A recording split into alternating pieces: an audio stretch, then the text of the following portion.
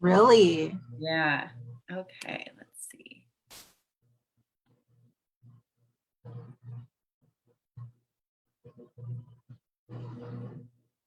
We should be live now.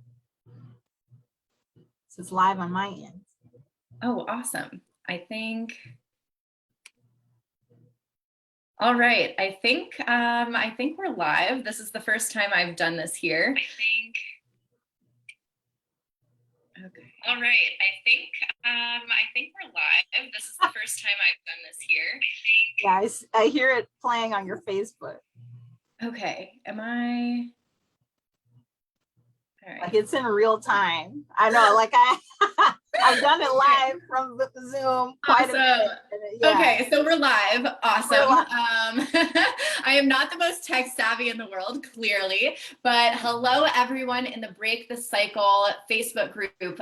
Today we are going live with the amazing Tamara Rasheed, and she's going to be talking to us today. Like, I love her so much. She's going to be talking to us today about how she became a victor of her past, how she turned her trauma into triumph. And she has the most incredible story. And it really just shows us how we can take responsibility of our lives and not let our past define us, not let our past hurts decide that we can't move forward or that we can't change our patterns. So Tamara, thank you for being here with me. And can you tell us a bit about your past and how and what you had gone through and how you've been able to really take ownership of that and create the life that you have now?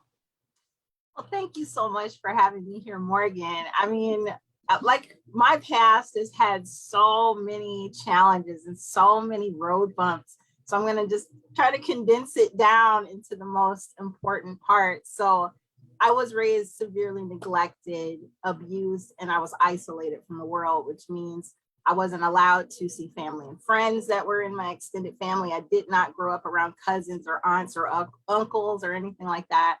And I wasn't allowed to attend school. So I missed my entire K through 12 education. So there was a point in my childhood where I realized, I really got to focus on what it is that I need because the people around me are not focused on that. And that became the catalyst for me to kind of look at myself and make self-assessments that I learned later people just didn't really do that. They didn't really make those types of self-assessments. So that was the key. Mm-hmm.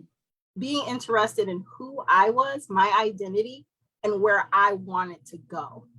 That is what set that into motion. And at 17, I learned that I really wasn't going to get that guidance from home, and I ran away. And what running away taught me, even though I wasn't gone that long, it taught me that I had rights in the law. Mm-hmm. And it also taught me that I needed a foundation to be able to support myself to be independent. Mm-hmm. So it all came from just understanding self and what it was I wanted for me. And it was okay for that to be different from what the expectations were around me. That was okay. 100%. And so I'm curious, when you grew up severely neglected and you weren't allowed to see friends or family and you weren't allowed to go to school, what kind of impact did that have on your mental health before you got out at 17? Oh my, well, for one, when you don't speak to people really outside of yourself, you get so bogged down by your own emotions. Those are the only things that you can see. And that's what you gauge everything in your life by.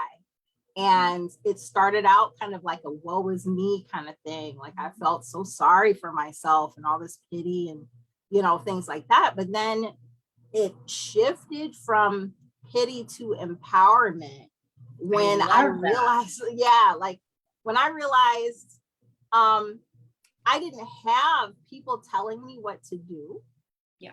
And that gave me everything possible for my life. Because I grew up without those expectations, that means I could create my own. I could create my own journey, my own path. And that's what I tell people. I'm like, what you were neglected, what you were abused, and people treated you this way, that's actually great for you because it gives you this basis, this foundation where now you can create from nothing. Wow, that's so powerful. You're like giving me goosebumps. So you're literally saying that because these really traumatic events happened, you were able to take that, and instead of feeling that pity for yourself and feeling sorry for yourself, you've then been able to create new foundations. Yes, like a blank slate. That was my blank slate. So my victimhood early in my life actually became the blank slate that I could create the life I wanted on. Yeah. And not only that, but the challenges I went through were my springboard to my success. Yeah. And I just had to watch how I was telling my story, Wow. because you can tell your story in a way that takes power away from you, Yeah. or you can tell your story in a way that paves the road for where you want to go. Yeah. Yeah. So and that's really like, so when you're in that victim mode and it's woe is me, it's all the complaints and I should have had this in my life, and why didn't my mother love me, and why didn't these people that I put my trust in, why did they break my trust, and like, but I learned that the question why really wasn't the right question to ask, because you would never know why people do the things that they do. Right. You never know. But you can ask yourself, what now? That is What so now? unbelievably powerful. You're literally taking, when we have our power taken from us and we allow that, there comes a point where we have a choice, right? And we have that choice of, am I going to let this define me, or am I going to move forward and create something beautiful from this? And so Yeah. when you were in that victim mentality, what were those feelings that came along with it, or the experiences that came along with it? The feelings and experiences that came along with feeling victimized were, first of all, I felt like none of my thoughts belonged to me. Mhm. All of my thoughts belonged to people who abused me or oppressed me or meant ill things for me in my life. And none of them, anytime I had a thought of my own that was really positive and uplifting and encouraging, it would automatically get packed away, put out of my mind by all the negative things that were there. Yeah. So I had to kind of separate what were the things that were given to me that didn't belong to me, and what were the things that belonged to me that I Yeah. could Like you cultivate and nurture gave and them grow. back. I gave them back. I don't need that. That stuff isn't for me. Whatever someone else thinks about me is none of my business. Wow. And I say the same thing. Whatever anyone thinks about you, we're all caught up in judgment or the things that somebody has said to us, and really that has brought us down. And it's like, we are the ones that has to live with us for the rest of our lives. Yes. Really I have to live this life. I have to live my life. And if I live it to the standards of other people who were too afraid to live theirs, which is what it comes down to. The people in your life that have spoken all this negativity around you, they were too afraid to do what they see you doing. Exactly. And you really have to own that. You have to own that fearlessness that victimhood gave you. You don't have the luxury of being comfortable, because you have to work through that discomfort in order to become the person you want to be. You are such a badass. And so when you were 17 years old, you ran away from home. What were your next steps after that? I think I remember you telling me about how, you had to basically go to college when you were, or go to school when you were. At 13. I started college. Without a K through 12 education. My determination taught me that what study actually was study for yourself, giving yourself the things you felt you lacked. So there are workbooks. And now this was before Google. 13, it was 1993 when I was 13. So I was going to the library. I went to the library every day. I became a pest for the things that I needed. Look, I need more knowledge. I need more this. I need more that. And my parents couldn't keep me at home. You were like hungry for this. Oh, and it had to affect my environment.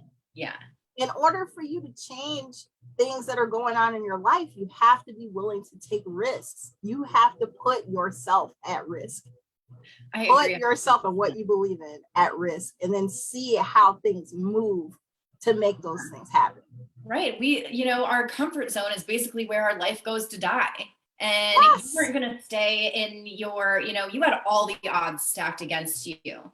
And I'm sure, like, were you scared? Were you fearful that things might not work out, that you might not, change your life? Oh, absolutely. When I left with an internet predator, and this guy raped me, and he abandoned me in a motel.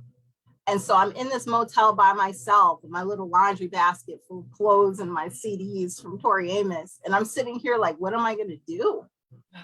And I realized, number one, I had the choice to go home. I just didn't have a choice of somewhere else to be. So I had to create that. And that's what you do when you're in a situation where that's unfamiliar. It kind of forces you to create what you want on the fly, and don't be afraid to do that. Create what you need on the fly. So I knew I needed the support of someone else to go to that I didn't have at that time. And I also needed to work. I needed to know direction. I had no sense of direction. I didn't know where I was. And so I ended up coming home, and that became my focus. How am I going to become this independent person? What do I need to put in place? Yeah. So within the next year, I was working. Mm-hmm. I was trying to learn how to drive, but I hadn't quite achieved that because the people in my environment didn't want me to do it. So I just didn't know what I didn't know, right? Yeah. So it was a process, but I ended up getting a boyfriend who knew how to drive, and he taught me how to drive. So I'm not saying look for a guy to help you with that. There are other ways you can make that happen. But you're saying get resourceful. But get resourceful as fuck. Yes, I became so resourceful. Yeah. That it reminds me of Henry Ford, because he didn't have more than a 7th grade education, but he was resourceful, and he had buttons on his desk attached to people that knew things he didn't know. Yeah. And he said, even though I don't have that education, I know where to get what I need. Yeah. And that ultimately is what success is. Knowing where to get what you need. Exactly. And so what would you say, like, if somebody is, so you have, like I said, you had the odds stacked against you. You were scared to get out of your comfort zone, but you were so hungry and you were so resourceful. Do you feel like you had the means to get where you needed to go, or you really like picked through everything? Like, you became really resourceful to find money to get the healing that you needed, or find, money to get the resources that you needed? The interesting thing about looking at money was that people tend to try to wait for money to come before they live the life they want. And actually, life works the opposite way. Yeah. Money is a tool. More money comes to you when you're willing to open your life to things that you were thinking you had to wait for someday for. Yeah. There is no such thing as someday. You can't go to the calendar and point that out. Yeah. Okay. So it's not a place you can actually get to, but what you can do is you can look at the things that you really want, and you can prioritize the things you want. Yeah. The life-changing and change your life around it. Exactly. Yes. Most people plan their life around the bills they have every month. Right. And I recognize that as a trap in my life. Yeah. Bills are residual. They come every month. Right. Yeah. So they're not going to stop. But what isn't residual is my ability to make memories for myself. I would create regrets and resentments if I'm not allowing myself to live a life, and I'm living my life for other purposes. Right. And that really became the big change in my life, is learning how to make that resourcefulness efficient. Being efficient, and looking at not just the risk that I was going to take, but what is the return that I'm going to get as a result on the other side. That short-term money you have to pay anytime, if it's, it's painful, but the pain becomes released when you get paid back multiple times because of the risk you took. Yeah, 1,000%. Right. So, and that's really what became important to me in my life. What is my Yeah, return I've on the seen investment? I have seen you take so much massive action, and just for you to be Yes, able to be like, you know what, I'm going to take this risk. It's scary, it's uncomfortable, but you never, like, if you didn't do those things, you wouldn't be where you are. Do you feel like yes, if you didn't take those risks, would you still have that the life that you were living in poverty? absolutely. The poverty I was experiencing was not just financial. It was poverty of good emotions.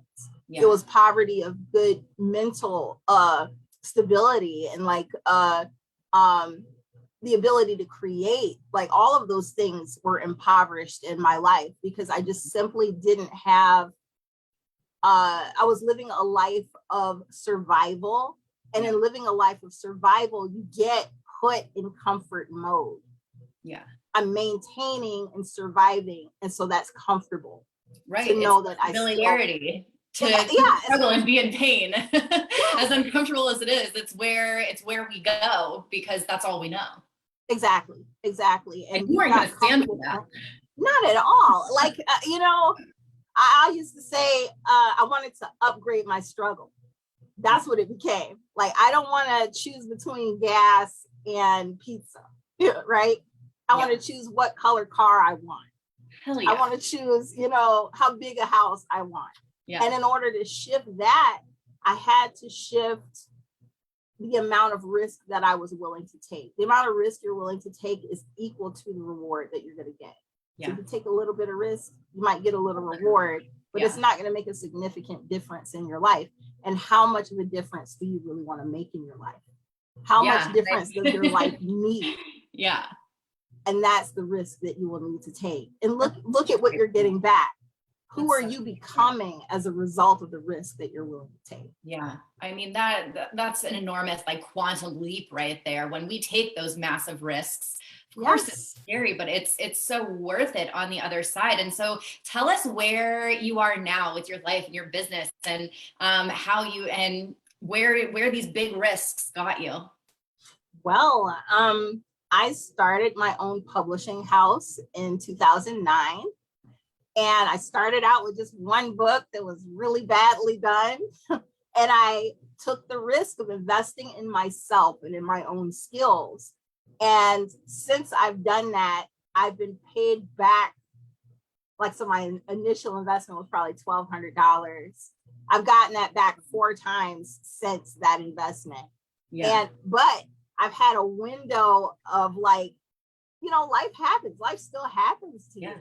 And Yeah. you still have to figure out, is this really what I want? Is what I asked for really what I want? And that's what I've gone through these past 4 years. Yeah. I got to have the negotiation skills that I want. I got Yeah. to step into the leadership that I wanted in my life. I have 41 books in my publishing house.